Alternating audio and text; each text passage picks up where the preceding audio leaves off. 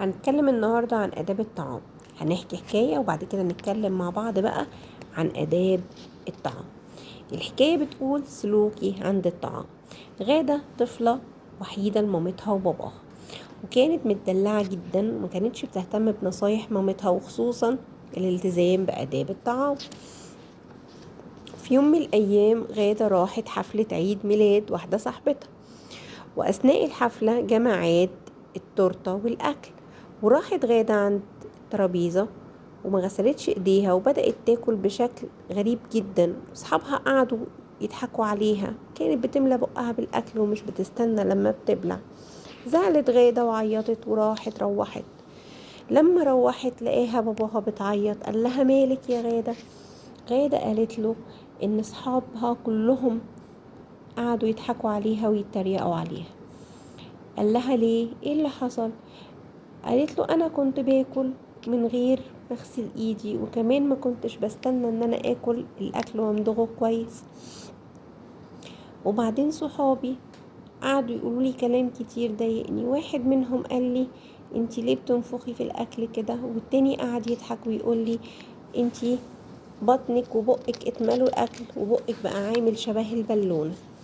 مامة غادة سمعت اللي حصل لغادة وراحت طبطبت على غادة وقالت لها هم غلطوا عشان هم ضحكوا عليكي، كان المفروض يعلموكي ويقولولك الطريقة الصح بدل ما يضحكوا عليكي. ودلوقتي انا هقولك يا غادة ايه الحاجات اللي المفروض تعمليها وانتي بتاكلي عشان يبقى شكلك حلو وانتي بتاكلي وتحترمي آداب الطعام.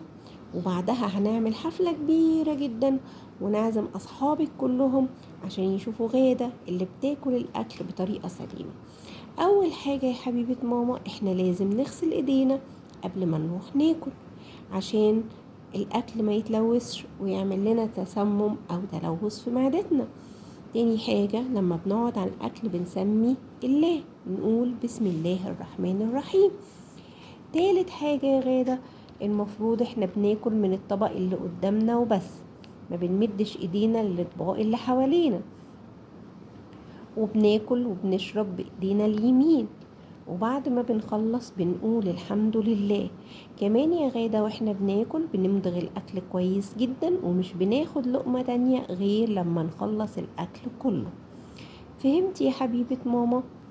غادة قالت لها فهمت يا ماما، وانا فعلا هنفذ كلام اللي حضرتك بتقوليه كله، عشان انا مش عايزة صحابي يزعلوا مني، ولا عايزة ان هم خالص يبعدوا عني ولا يضحكوا عليا.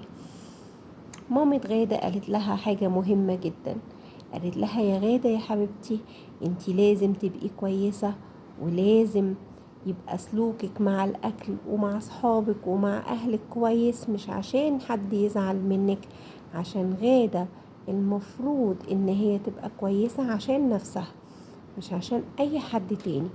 فهمتي يا حبيبة ماما؟ غادة قالت لمامتها انا فهمت يا ماما، وفهمت الدرس وتعلمت منه كويس، وانا اوعدك ان اي حاجة انا مش عارفة اعملها هاجي اسألك عليها وانتي تقولي لي اعملها ازاي. وتوتة توتة خلصت الحدوتة يا ولاد. يا ترى بقى تقدروا تقولولي احنا اتعلمنا ايه من الحدوتة الحلوة دي؟ تعالوا نلخص سلوكياتنا لما نيجي ناكل في نقاط. يلا بينا. اول حاجة بنغسل ايدينا قبل الاكل وبعده. تاني حاجة متفرجش على التلفزيون واحنا بناكل. تالت حاجة بنقول بسم الله في اول الاكل. رابع حاجة بناكل وبنشرب بايدينا اليمين وبناكل من الاطباق اللي قدامنا وبس، ما بنملاش بقنا باكل كتير واللقمة بتكون صغيرة، وبنمضغ كويس جدا، ما بننفخش في الاكل ومش بنتكلم واحنا في بقنا اكل، ومش بنضحك اثناء الاكل، وبنقول الحمد لله بعد الاكل. يا ترى عرفتوا كده المفروض نعمل ايه اثناء الطعام؟ كده خلصت حكايتنا، وهقول لكم تصبحوا على خير، واستنوني بكرة في حكاية جديدة عن سلوك جديد. تصبحوا على خير.